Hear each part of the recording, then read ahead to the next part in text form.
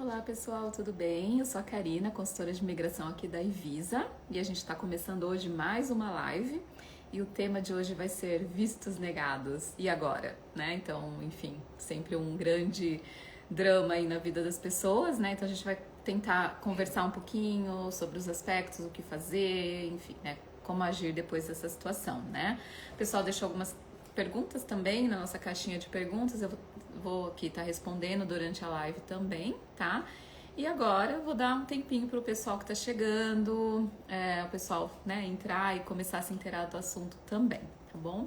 E se você que está participando também tiver dúvidas, vai deixando suas perguntas aí durante a live que eu também vou responder o máximo que eu puder, tá bom?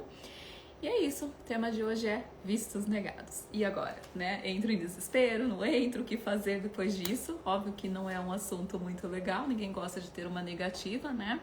Mas é importante ressaltar, assim, né? Entender quais os motivos dessa negativa, né? Como reverter essa negativa, né? E se é possível, enfim, né? Tem vários fatores ali, várias coisas que a gente pode trabalhar para tentar reverter uma negativa de visto, tá bom? Então, o importante é não se desesperar e saber quais são os passos dali para frente. Então, obrigada pessoal que está entrando, boa noite para quem está no Brasil, boa noite, quase boa noite para quem está em Toronto e boa tarde também para quem está aqui em Vancouver, tá? Eu sou a Karina, sou consultora de imigração aqui na Ivisa e o tema de hoje vai ser sobre vistos negados, né? O que fazer e agora, né?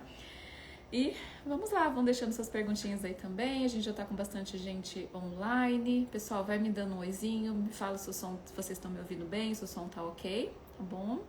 Obrigada pela participação de vocês em mais uma live e espero que vocês gostem, espero que seja aproveitosa. E aí, aproveitando também, a gente tá com promoção para quem tá assistindo essa live.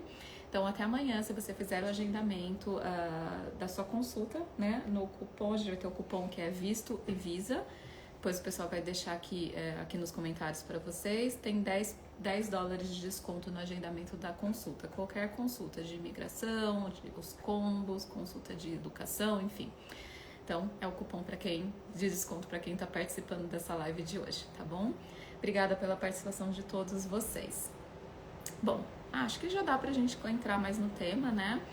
Então, eu vou falar um pouquinho, enfim, dos aspectos. Tive um visto negado. E aí? O que fazer depois disso, né?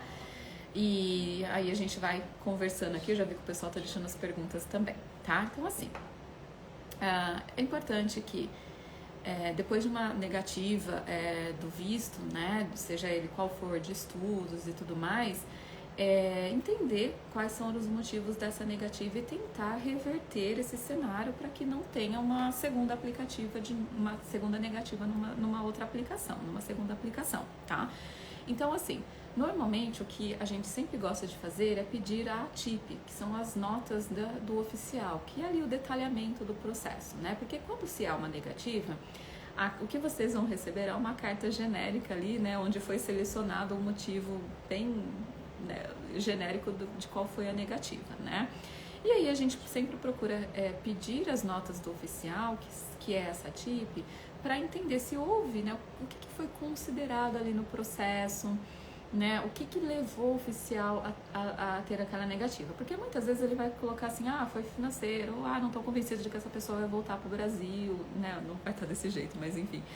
Mas às vezes teve muito mais coisas implícitas ali que é importante a gente entender para uma segunda aplicação, né? Para tentar corrigir aqueles fatores, tá? E olha assim, o maior motivo de negativa, né? Eu já vi que teve uma perguntinha aqui, é o financeiro, né? Mas às vezes não é porque a pessoa não tem um financeiro, talvez quando essa pessoa foi fazer a aplicação, se ela fez sozinha, dependendo do que ela fez, ela não teve orientação da forma correta de se fazer a demonstração financeira e aquilo talvez não ficou tão bem explicado. E aí, às vezes, o motivo da negativa não foi porque a pessoa não tinha o financeiro suficiente, mas talvez porque ela não demonstrou a documentação necessária que comprovasse o financeiro dela, né? Então, assim, é preciso entender o que o oficial levou em consideração naquela negativa antes de aplicar de novo. Porque se eu vou aplicar de novo e mandar a documentação, a aplicação da mesma forma, ou mudando uma coisinha ou outra que eu acho que foi aquilo, pode ser que haja uma segunda negativa, né? Então, o primeiro passo é pedir essa TIP, pedir esse detalhamento do processo, Infelizmente demora muito para chegar, normalmente são 30 dias para receber a resposta dessa TIP, mas é importante para quê? Para que a gente possa ter uma visão geral, né, do que foi, do que aconteceu. Normalmente aqui na Evisa, o que a gente faz? A gente já conhece, né, assim, a gente já, depois de analisar várias ativos, de vários processos que a gente já tem mais ou menos um parâmetro do que pode aumentar o risco de uma negativa. Então a gente tenta mitigar o máximo possível esse risco, né? E aí a gente sempre está trabalhando em fatores, assim, olha, sempre olha uma aplicação da forma como o oficial iria analisar aquele processo, tá? E aí eu sempre tento, né, sempre tentamos aqui de certa forma endereçar todos aqueles pontos para que a chance de uma negativa ela seja diminuída, tá? Pensem assim, que não dá para ninguém garantir que seu visto vai ser aprovado, tá? Isso não depende 100% da gente, isso depende do governo, certo? Depende do ARCC. Mas o que a gente sempre tenta trabalhar é endereçar todos os pontos que levariam o oficial, né, a olhar aquilo e levaria ele a negar aquele processo, né? E aí são 4 pilares normalmente que a gente costuma trabalhar. O principal deles é o financeiro. Então como fazer esse financeiro de forma comprovada, justificada, endereçar todos os pontos. Se o financeiro está uma bagunça, vai ter vários extratos de vários lugares, vamos pôr uma carta, vamos explicar aquele financeiro, vamos deixar a informação clara para o oficial. Segundo ponto é a intenção de estudos, é muito importante, é o segundo maior ponto de negativa de um processo, tá? E a intenção de estudos é demonstrar para o oficial por que aquele programa vai ser importante para você e para sua carreira. Isso falando de um visto de estudos, tá? E a intenção ou a motivação, ela vai estar presente em qualquer tipo de visto, seja de turismo, seja de trabalho. Então, assim, explicar qual que é aquela intenção, por que você está vindo para o Canadá, seja para estudar, para trabalhar, enfim. Isso tem que estar muito bem explicado e fazer sentido, tá? O terceiro ponto são os vínculos, né? Os vínculos são os mais subjetivos de todos. Muita gente fala assim, Karina, mas eu tenho um apartamento, eu tenho uma casa no Brasil, eu tenho vínculo. Mas a questão dos vínculos, como eu disse, é subjetivo, tá? Não adianta eu ter uma casa, um imóvel, que seja todo o resto não está bem justificado. Então pensa que é um equilíbrio de tudo, certo? E quando a gente fala em vínculos, não é só, Karina, mas e se eu não tenho um bem, se eu não tenho um imóvel, meu visto vai ser negado por conta disso? Não necessariamente, tá? Quando eu falo de vínculos, eu sempre tento trabalhar no que eu chamo de perfil socioeconômico do candidato, tá? O que é esse perfil socioeconômico? A carreira, se é uma pessoa que estudou, tá trabalhando no emprego, tem um emprego constante, um emprego bom, tá trabalhando há um tempo, né? Tem um bom salário,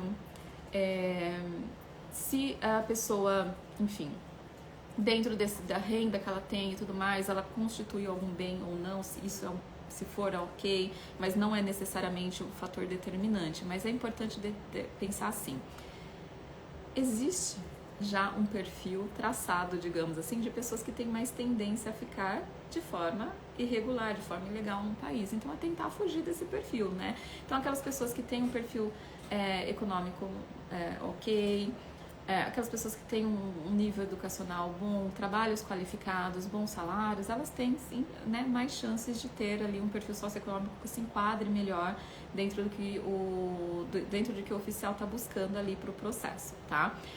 Mas poxa, se eu não tenho nada disso, eu vou ser negado?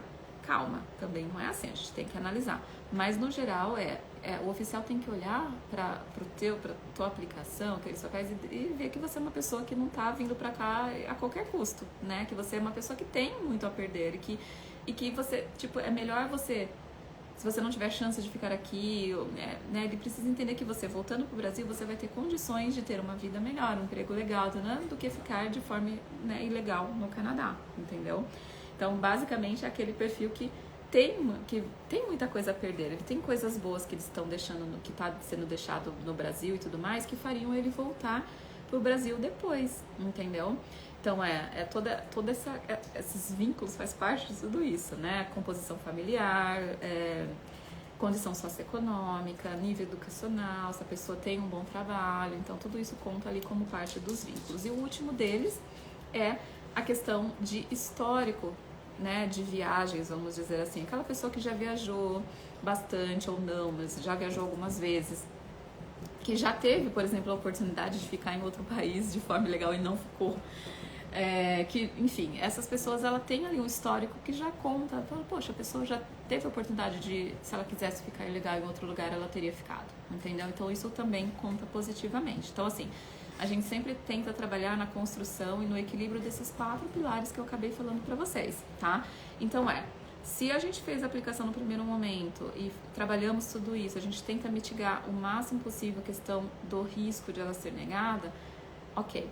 Mas acontece que pode, né, ser negada e a gente sempre tenta apresentar os riscos para o cliente. Olha, olhando toda a documentação que você apresentou, a gente tem uns riscos, uns pontos aqui e aqui que precisam ser melhorados. Quer seguir dessa forma? Vamos melhorar. Já tive casos de terem que indicar pro candidato mais tempo. Falou, olha, da forma como está hoje, a chance de ser negado o seu visto vai ser grande, né? Assim, então, talvez se você se estruturar, jogar o seu plano um pouquinho mais pra frente, trabalhar nisso, fazer uma nova declaração de imposto de renda, tem todas essas coisas ali que a gente tenta indicar para que a pessoa tenha maior chances na aprovação, né, do visto dela ser aprovado, tá? Mas se a recusa ocorreu, então vamos trabalhar de que forma a gente pode melhorar essa aplicação, essa segunda tentativa, e isso envolve um planejamento, às vezes mais tempo. Foi recusada porque não tinha um imposto de renda ou porque, enfim, não tinha um financeiro consistente? Vamos trabalhar nisso, entendeu? E assim, a maioria dos casos de recusa que vem pra gente, que a gente tenta reverter, às vezes, né, temos bastante casos de sucesso de reversão, não foi feita aplicação com a gente, tá? Então, assim, óbvio que existem aplicações que a gente faz, que acontece de ser negado, e a gente sempre tenta demonstrar os nossos, né, demonstrar esses pontos ali antes de montar uma aplicativa, mas assim, muita gente às vezes não sabe que para brasileiro precisa de declaração de imposto de renda e não inclui a declaração de imposto de renda junto com o processo, né? Karina, olhei o checklist, quando eu fui aplicar sozinho, não tinha isso no checklist, acontece que tá lá, entendeu? Então, enfim, é obrigatório que o brasileiro tenha a declaração de imposto de renda. Se ele não coloca isso, a chance de negar como, financeiro vai ser grande, entendeu? Então, assim, tem que sempre prestar atenção no detalhe do processo, tá bom? Então, o primeiro passo, como eu disse lá no começo, tive uma negativa? Calma, não se desespera, vamos entender o porquê dessa negativa, vamos solicitar uma ATIP, vamos rever ali as notas do oficial, ver os detalhes, o que levou o oficial a fazer a negativa. E aí, tentar trabalhar nesses pontos, endereçar todos esses pontos para fortalecer o processo numa segunda tentativa, tá bom? Bom, acho que eu já tenho bastante perguntinhas aqui. E aí eu vou respondendo essas perguntas para vocês, tá? Começando com as perguntinhas que foram deixadas na caixinha que foi colocada hoje para vocês. Então eu tenho uma pergunta aqui da Laura e Miguel. Eu tenho 2 filhos e 29 anos. É possível conseguir mudar com a família para o Canadá? É possível, né? Tudo depende do planejamento, tudo depende da proposta, o que você quer, de que forma. Quero fazer um programa de estudos, quero fazer um processo de imigração. Então, a gente consegue analisar aí o perfil e te dar a opção mais adequada de acordo com o seu perfil. Então, eu recomendo que você, Laurel, agende uma consulta, né, aqui com a gente, que a gente vai tentar analisar o seu perfil mais de perto e tentar te passar opções ali de acordo com, né, as suas possibilidades, o seu perfil e tudo mais. Mas é possível, o Canadá hoje tem várias opções para quem vai vir para cá, programas de estudos, para estudos e tudo mais, dependendo, obviamente, do seu perfil, do nível de inglês e tudo mais, como também perfis para processos de migração. Então, é importante que você entenda, né, essas questões, agenda uma consulta conosco que a gente vai poder te orientar melhor com relação a isso, tá bom? A pergunta do Marco Antônio. Tem uma oferta de trabalho, tem uma oferta de trabalho. Leva muito tempo para ter o AR? Bom, ter a oferta de trabalho e ter aplicado por um visto de trabalho e tudo mais, vai depender muito de qual foi o seu processo, né? Existem hoje, por exemplo, as pessoas que conseguiram oferta de trabalho, estão ou receberam uma LMAE positiva e depois vão aplicar para o visto de trabalho, então tem um tempo ali de processamento.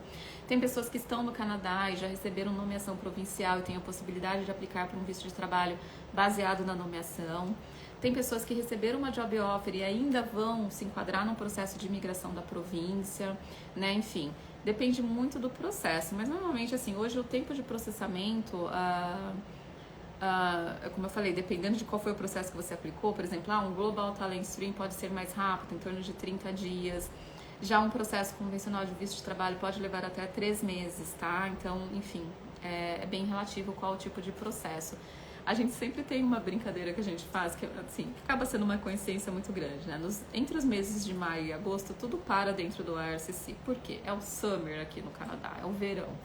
E aí, enfim, a gente tem a impressão de que os oficiais vão todos sair de férias, né? Porque é férias das escolares, das crianças e tudo mais. Então, tudo fica muito mais moroso nessa época do ano, com tendência de, a partir de setembro, as coisas começarem a ser mais rápidas, tá? Pode parecer, enfim, uma brincadeira da nossa parte, mas todo ano acontece a mesma coisa. Nesse período, tudo atrasa. Então, assim, embora o tempo de processamento no sistema esteja pode ser que leve mais tempo, enfim, essa época do ano é bem complicada para isso, tá? Perguntinha da Aline F. Souza. Tenho alguma carência para reaplicar ou somente reorganizar a aplicação? Não há carência nenhuma, Aline, tá? Então, assim, normalmente, recebi uma negativa hoje, quero reaplicar amanhã, tudo bem. O que a gente recomenda é, como eu falei no início, solicitar a ATIP, que é o detalhamento do processo, as notas do oficial. E normalmente essa ATIP demora uns 30 dias para chegar, então a gente sempre tenta falar, olha, vamos esperar esse período para a gente tentar descobrir qual que foi ali os motivos da negativa, toda a anotação do oficial. Porque, de repente, tem alguma coisa que a gente não percebeu que está ali e é mais fácil depois a gente poder endereçar esses pontos, né? E poder melhorar ali as chances de ter sucesso numa segunda aplicação. Mas carência não há, tá? Mais uma perguntinha da Aline Souza. Custos de uma reaplicação, você pode comentar? Tem o custo de serviços, né? Se você for aplicar com a Evisa, a gente pode te passar um orçamento depois, pode deixar uma mensagem aí no nosso direct. Mas assim, vai ter que pagar a taxa do governo novamente, tá? Então, assim, se for uma aplicação de visto de visitante, por exemplo, são $100. Se for uma aplicação de estudos $150 a FII, né, do processo. E se for uma aplicação de trabalho também, $150. Aí, dependendo de alguns casos, tem uma taxa de $100 adicional, que é o Open Work Permit Holder, né? Se for um visto de trabalho aberto, aí sai $255 no total. Mas, normalmente, esse é o custo das FIIs do governo para poder reaplicar, tá? E aí, óbvio que serviços, né? Se for fazer com a Evisa, a gente tem nossa taxa de serviços e tudo mais, que, enfim, pede pra gente um orçamento que a gente pode te mandar, tá bom? Vamos aqui algumas perguntinhas que a gente tem já do pessoal da live. Ok. Bom, o Hugo 92110 está perguntando assim, qual é o maior motivo de negativa, tá? O maior motivo é financeiro, sempre o financeiro. Então a gente tem uma escala ali de prioridades, vamos dizer assim, financeiro é sempre o maior motivo. O segundo maior motivo é a intenção de estudos, então normalmente a intenção de estudos vem mascarada, né? O oficial, não acredito que essa pessoa vai voltar para o Brasil depois, não ficou clara, né, o que a pessoa queria fazer, então o oficial ele pode negar, tá? Mas enfim, esse é o segundo maior motivo de negativa. Intenção de estudos é muito importante, tá? É muito importante que quando a gente vai... E não é só de estudos, né? Obviamente para visitante também, dependendo de qual for a justificativa que foi colocada ali no seu processo. Mas para estudos principalmente, é importante entender assim... eu vou estudar no Canadá, vou fazer um projeto de 1 ano, 2 anos de estudos. É importante que esse programa de estudos ele esteja muito alinhado com a sua trajetória de carreira, com a sua linha de estudos ali anterior, porque o oficial precisa entender que... por que você está vindo fazer esse curso aqui no Canadá, certo? Qual que é a relevância? O que vai melhorar na sua vida? Para quem vai mudar de carreira totalmente, ele pode se questionar assim, poxa, por que essa pessoa não pode fazer isso no Brasil, tá? Então, assim, como eu disse, é um equilíbrio desses fatores, né, dos 4 pontos que eu citei anteriormente, que vai fazer com que a aplicação tenha mais chances de ser aprovada. Se a gente conseguir trabalhar eles muito bem, as chances vão ser maiores, tá? Então, assim, se eu tiver uma intenção de estudos um pouco enfraquecida, eu tenho que caprichar muito melhor nos outros pontos para poder, ali no balanço das probabilidades, ter uma boa justificativa, tá bom? Mas, enfim, esses são financeiro e a intenção de estudos acabam sendo os maiores, né? A perguntinha aqui, deixa eu ver, da Nara Aragão, acho que é isso, Nayara Aragão. quanto tempo está demorando um visto de trabalho? Depende bastante de qual é o tipo de processo que está sendo feito, tá? Deixa eu só ver aqui. Normalmente, hoje, se for aplicar do Brasil, tá demorando 12 semanas, que são 3 meses em média, tá? Mas pode ser que demore mais ou menos. Por exemplo, às vezes quem vai fazer um visto de trabalho através do não Work Holiday Visa, do Global Talent Stream pode ser mais rápido, através de um LMIA, mas no geral, assim, na média geral é para durar 3 meses, tá? Aplicando do Brasil. Quem aplica do Canadá acaba tendo um processo que pode ser mais rápido, mas aplicando do Brasil, em média, 3 meses, tá? Não é uma, assim, para todo mundo, vamos dizer assim, né? A gente acaba não entendendo muito bem como a RCC funciona, mas, no geral, sim, 3 meses. Pode ser que alguns processos levem mais ou menos, dependendo de como for ali o oficial que está analisando. A gente tem sempre que pensar que existe um fator humano atrás de tudo, ou seja, sempre uma pessoa que está fazendo o seu processo. Então, aquela pessoa pode demorar mais ou menos, mas, no geral, em torno de 3 meses é o tempo que vai levar, tá bom? Deixa eu ver, perguntinha aqui do Marcelo Timar. E quando a recusa foi por um erro do consulado? LOA enviada, mas a recusa foi por falta de envio da LOA. Nesse caso, o que dá para fazer, tá? Primeiro você tem que demonstrar que o erro foi do oficial. Em alguns casos a gente consegue pedir a reavaliação, né, a reconsideração ali, apontando, né, onde estava o erro. Por exemplo, a LOA foi enviada, de que forma ela foi enviada? Tá claro? Como que foi essa documentação no processo, tá?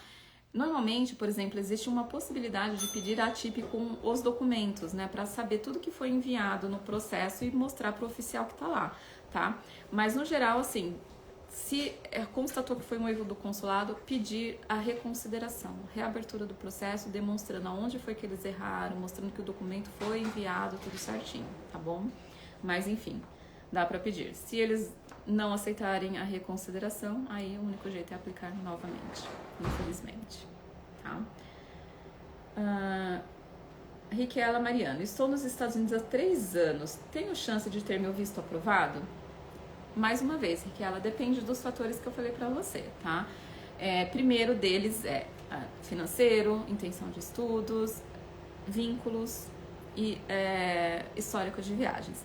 Dependendo de como você está nos Estados Unidos, por exemplo, se você está vivendo sem status aí, isso complica bastante a sua questão de, mesmo que você tenha um bom financeiro, uma boa intenção de estudos, você já falhou na sua parte de vínculos, né? Porque, primeiro, você já está fora do seu país de origem e você já está vivendo num país de forma irregular.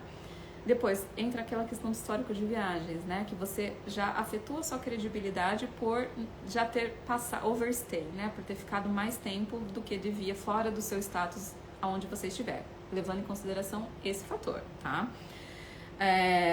Então, assim, se for esse o caso, tem um fator aí mais challenge para se considerar, tá? Porque você tem ali grandes chances de talvez o seu visto ser negado.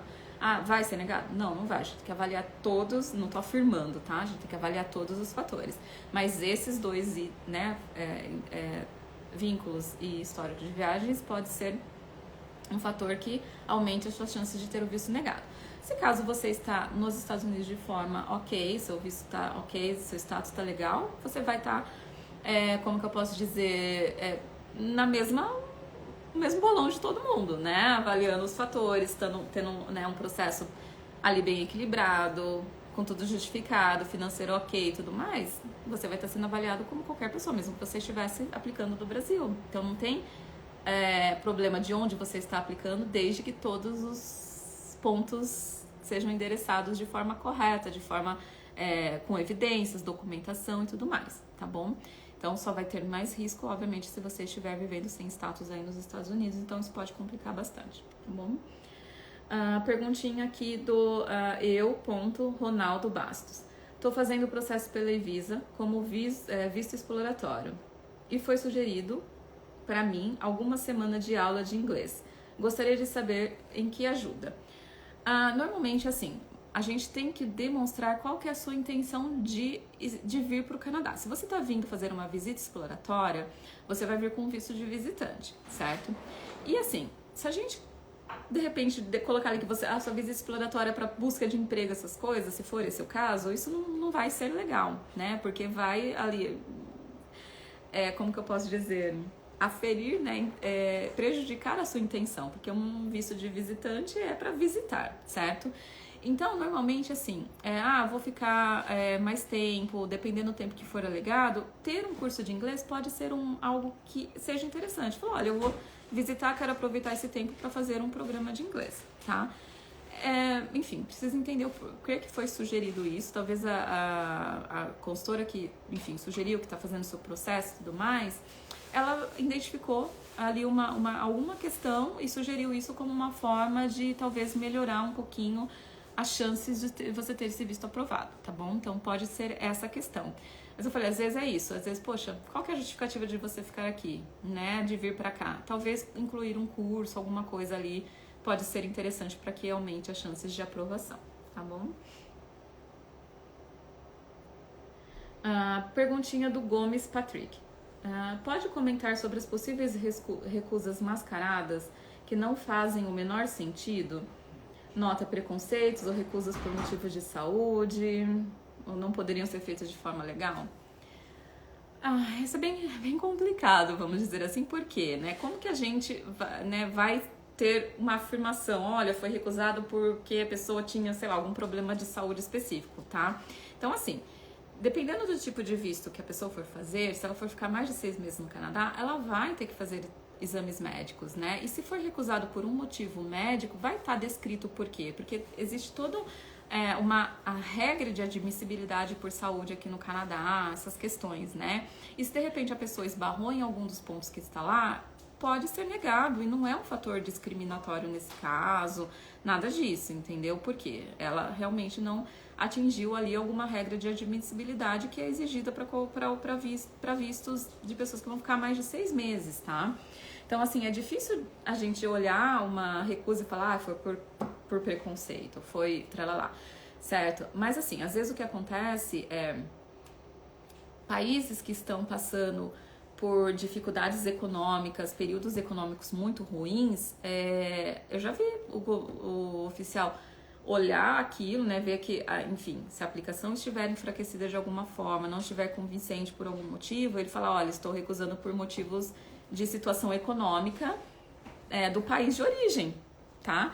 Porque é natural, às vezes, por exemplo, você pega um país que está passando por uma crise econômica, as pessoas vão querer sair de lá a qualquer custo e elas não vão querer voltar. Isso acontece muito com países da África no geral, entendeu? Para brasileiros acontece também. Períodos em que a economia está muito abalada, agora perto de eleição, essas coisas, isso pode ser um fator, sim, combinado de negativa, tá? Mas não isolado. O que é isso? O oficial não vai negar só por isso. A situação econômica do Brasil tá ruim, então eu vou negar. Eu não acredito que essa pessoa vai voltar para lá depois. Ele não vai recusar só por isso. Ele vai sempre...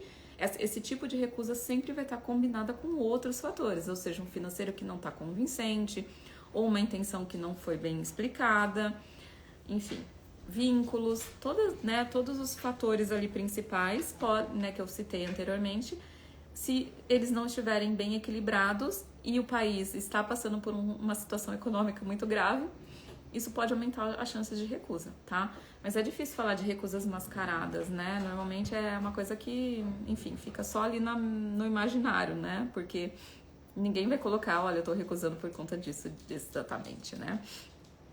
Então é difícil nesse sentido, tá? Bruno Borras perguntando: se meu visto americano foi negado recentemente, tem algum problema eu aplicar para o visto canadense? Não tem nenhum problema, tá?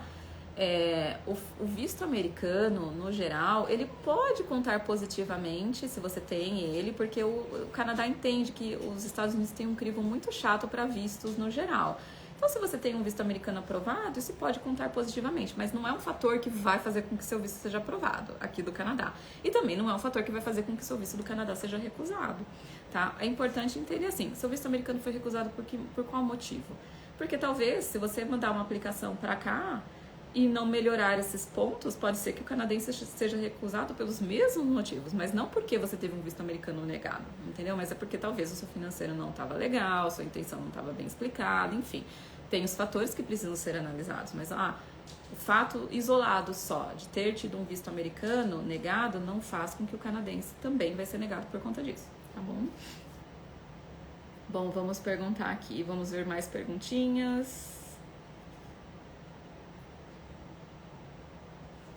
A pergunta da Eliana Oliveira, 8838. Com o Work Holiday, que é o Work Holiday Visa, que é uma modalidade de visto de trabalho, pode se aplicar para residência permanente logo após um ano? Pode, tá? Se você tem elegibilidade, pensa assim, ó, o processo de imigração, ele pode ocorrer em paralelo enquanto você estiver no Canadá, seja para estudo, enquanto estiver estudando e tudo mais, não tem problema nenhum. Tá? Então, se você tem um Work Holiday Visa, tá aqui trabalhando numa profissão qualificada e de repente já tem elegibilidade para aplicar dentro do Express Entry, não tem problema nenhum, você pode aplicar sem problemas, tá bom? Deixa eu ver a perguntinha mais aqui. Pri Pudo. Estou no início da gravidez, estamos planejando migrar como turista. É possível ter cuidados de saúde para grávidas sem ter direito à saúde pública? Explica mais sobre as midwives. É uma situação mais complicada, né? Porque se você está aqui como turista, você não vai ter acesso à saúde pública, então você vai ter que depender de ONGs, né? Ou instituições que vão ali atender pessoas que estão em situação irregular no país, certo? Então, assim, você pode ter acesso a algum tipo de serviços de saúde? Pode, tá? Mas é mais difícil, você vai ter que estar sujeito ali a cidades ou órgãos que vão te promover aquilo no lugar que você tá. Por exemplo, dependendo do lugar que você for, não vai ter esse tipo de assistência. Talvez cidades maiores tenham, mas pensa que é uma situação bastante mais arriscada, vamos dizer assim, ainda mais durante a gravidez. Quando o bebê nascer aqui, ele já é cidadão, ele vai ter direito a tudo, mas você como mãe não é tudo, tá? Midwife, tem midwife que pode atender fora de um sistema de saúde, pode, mas é o que eu falei, vai depender muito de ONGs que dão assistência a pessoas que estão ilegais no país, tá? Então, enfim, toma bastante cuidado com essa situação, é bem arriscada, tá bom? Deixa eu ver aqui se a gente tem mais perguntinhas. Grace.Andrade. Quais as chances de um casal de bancários com um filho de 4 anos, sem inglês, com casa própria e veículo quitado, sem restrições no CPF e com mais de 10 anos de emprego na mesma empresa?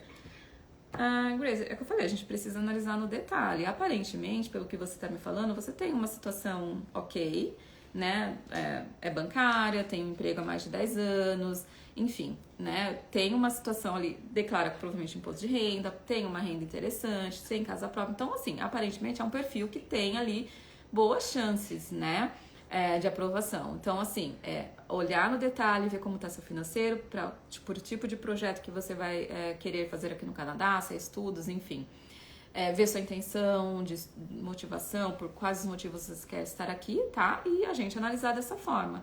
Mas, assim, aparentemente, pelo que você me falou, é um perfil ok, certo? A questão é o sem inglês, né? Se você for vir pra cá pra estudar inglês por um tempo, é o seguinte: inglês aqui, vou fazer um curso de inglês no Canadá, não vai dar direito a trabalho. Então, se você vai falar assim, eu vou fazer 1 ano de inglês no Canadá, quer vir com marido e filho, seu financeiro tem que estar muito confortável para isso, né? E pensa que seu marido não vai ter visto de trabalho, nada disso, ele teria que fazer um curso de inglês também. Então, assim, vai depender muito do tipo de visto, tipo de proposta que você tem aqui no Canadá, tá? Como visitante, quero passar um período, eu não vejo problemas, obviamente que eu não tô vendo sua documentação, mas me parece um perfil interessante. Como estudos, dependendo do tipo de estudos, dependendo do tempo, aí pode ser um fator mais, né, que a gente tem que ver mais embaixo ali, analisar com mais detalhes, tá bom? Vamos lá, perguntinha aqui da Paloma Ferreira Neves, 29. Se minha filha tem o pai legal no Canadá, eu tenho que fazer cidadania para ela primeiro, antes de tirar o visto canadense? Bom, se a sua filha tem um pai legal, aí vai depender o que é isso legal. Se ele tá aqui com um visto de trabalho, se ele é cidadão, se ele é residente permanente. Mas assim, partindo do princípio que ele é cidadão ou residente permanente, sua filha de vocês, pode ter direito a ter o processo também e se tornar residente permanente aqui no Canadá. Então, para isso um processo de sponsorship para dependentes, né? Filhos dependentes, tá? Aí, assim, tem detalhes ali, né? Processo para quem tem a questão da idade, dependendo da idade da criança e tudo mais, tá? Mas aí, se o pai tá aqui como estado legal de trabalho, tem que aplicar para um visto, né? A sua filha ou você, enfim, vai ter que vir para cá com visto de estudos ou trabalho para acompanhar o pai e tudo mais, entendeu? Então tem que depender, né, definir o que é esse status legal. Deixa eu ver se é essa pergunta mesmo. Se o pai tá legal no Canadá, tem que entender o que é isso. Legal de que jeito? É cidadão? É residente permanente? Tá com visto de trabalho? Tá com visto de estudos? Tá com visto de visitante? Tá? Porque dependendo do que for, né, que é o legal, aí é uma modalidade diferente que pode ser feito para sua filha, tá bom? Vamos lá. Perguntinha da Marta Fé.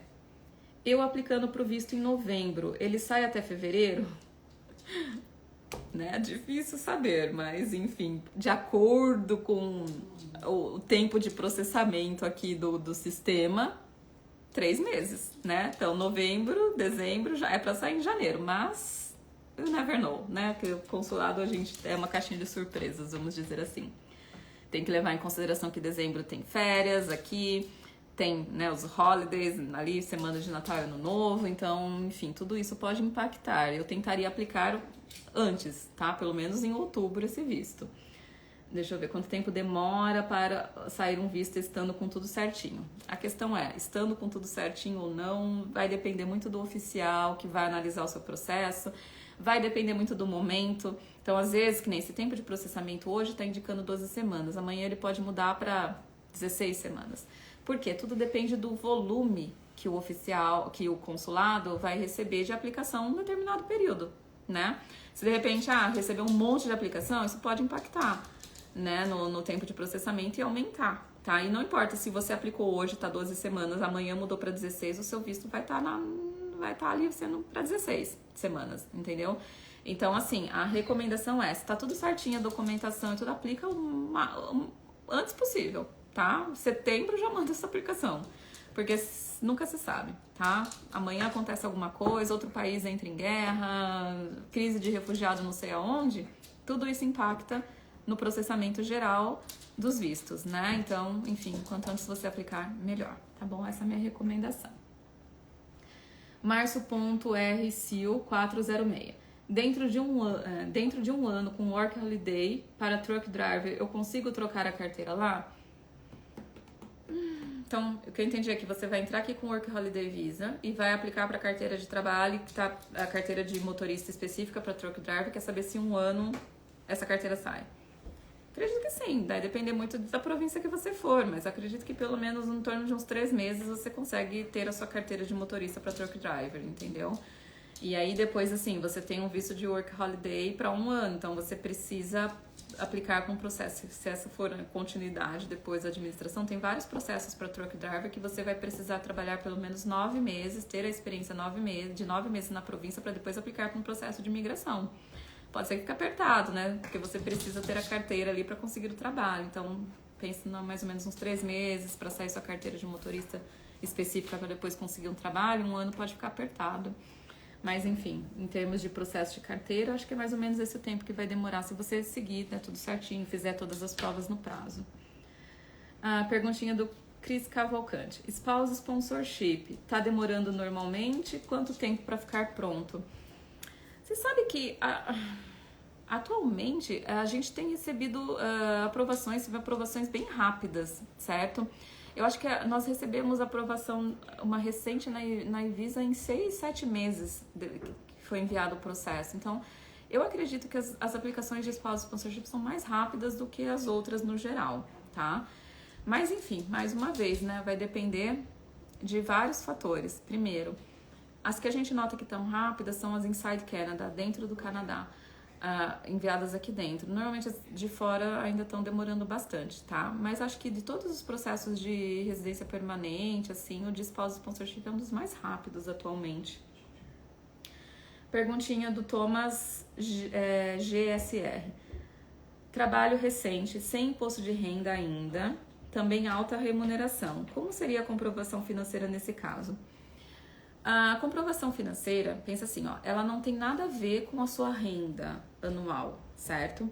A comprovação financeira, vamos supor, por um processo de estudos, ela se dá mediante a demonstrar que você tem fundos suficientes para aquele tempo que você está se na verdade no geral, né, visitor e tal, mas mostrar que você tem fundos suficientes para aquele tempo que você está propondo ficar no Canadá. Então, não é a tua renda, não é teu salário, é o quanto você tem de investimento, poupança, enfim, né, onde está o seu investimento, tá? Para aqueles que vão estudar aqui no Canadá, se vão estudar pelo menos um ano, a pessoa tem que demonstrar que ela tem condições financeiras de pagar a tuition, que é o college, né, ou a escola, enfim, um ano, tá, né, demonstrar que ela tem aquele valor, mais o custo de vida, né, que for para uma pessoa solteira, mais $10.000. Isso é o mínimo que tem que se apresentar. Então, levando em consideração que um college vai custar em torno de uns $16.000 canadenses, mais o custo de vida, 10 mil, você tem que demonstrar que você tem no mínimo $26.000 canadenses, tá? E isso não é a tua renda, isso é o quanto você tem guardado para esse projeto, tá? E se faz assim, 4 meses de extratos bancários e aí entra a última declaração de imposto de renda. Por que precisa dessa declaração de imposto de renda? Para demonstrar a origem do seu dinheiro, tá? Então, assim, a gente recomenda que você espere a sua próxima o ano fiscal para fazer a sua declaração no próximo ano, tá? Se for um visto de visitante, pouco período, a gente pode justificar, mas pensa assim, ó, você não tem a declaração financeira referente a esse trabalho que você está agora, mas você pode ter no trabalho anterior, tá? Pode ser a sua última declaração de imposto de renda, tá? Não precisa ser do trabalho atual, por quê? Pensa que não é o seu salário que está fazendo parte da sua comprovação financeira. O seu salário serve para demonstrar a sua situação socioeconômica, a questão dos vínculos que eu citei lá atrás, né? Mostrando que você tem uma carreira legal, que você tem um bom salário, que você tem uma boa profissão. Isso conta positivamente, né? Então, normalmente a gente até costuma colocar ali, né, se a pessoa, olerite, essas coisas, para demonstrar que a pessoa está trabalhando e tudo mais. Mas não é isso que faz a sua comprovação financeira. A sua comprovação financeira ela é feita por investimentos, poupança, essas coisas, tá? Então você já precisa ter o dinheiro suficiente pelo período que você está se propondo a ficar aqui e pelo tipo de visto que você vai aplicar, ok? Bom, acho que a gente... Deixa eu dar mais uma olhadinha aqui, mas acho que a gente acabou... Eu acabei zerando todas as perguntinhas de vocês. Acho que já foram todas. Acho que é isso mesmo. Deixa eu dar mais uma olhadinha aqui nos comentários. Legal, bastante gente participando. Obrigada por todas as perguntas. Não, acho que já foram todas mesmo, tá? Bom, é isso. Essa live é mais um bate-papo, né? Sobre, enfim, formas ali de como agir, questão de recusa de vistos, motivos, né? Que mais ali recusam. Espero que vocês tenham gostado da live de hoje. Não se esqueçam, se vocês agendarem uma consulta entre hoje e amanhã, usar o nosso cupom para ganhar $10, né, de desconto ali na consulta. O cupom é VISTO e VISA, tudo maiúsculo. Deixar o pessoal aqui do nosso atendimento já deixou aqui nos comentários, tá bom? E também vai ficar na descrição da live. Essa live vai ficar aqui para vocês assistirem depois. Então, até amanhã. Ganhe um descontinho aí no agendamento de consulta. E não deixe de, né, se você quer fazer seu planejamento, seja para imigração, educação, carreiras, planejamento financeiro, nós temos, né, todos esses serviços para oferecer para vocês, nós podemos ajudar vocês em todas as etapas do seu plano Canadá. E espero que vocês tenham gostado da live de hoje, espero que tenham, né, que tenha agregado alguma informação interessante. Como eu disse, essa live é mais um bate-papo pra gente conversar sobre alguns aspectos, né, de negativas de vistos e tudo mais. Eu espero que vocês tenham gostado, tá bom? Muito obrigada pela participação de todos vocês e até a próxima. Tchau, tchau!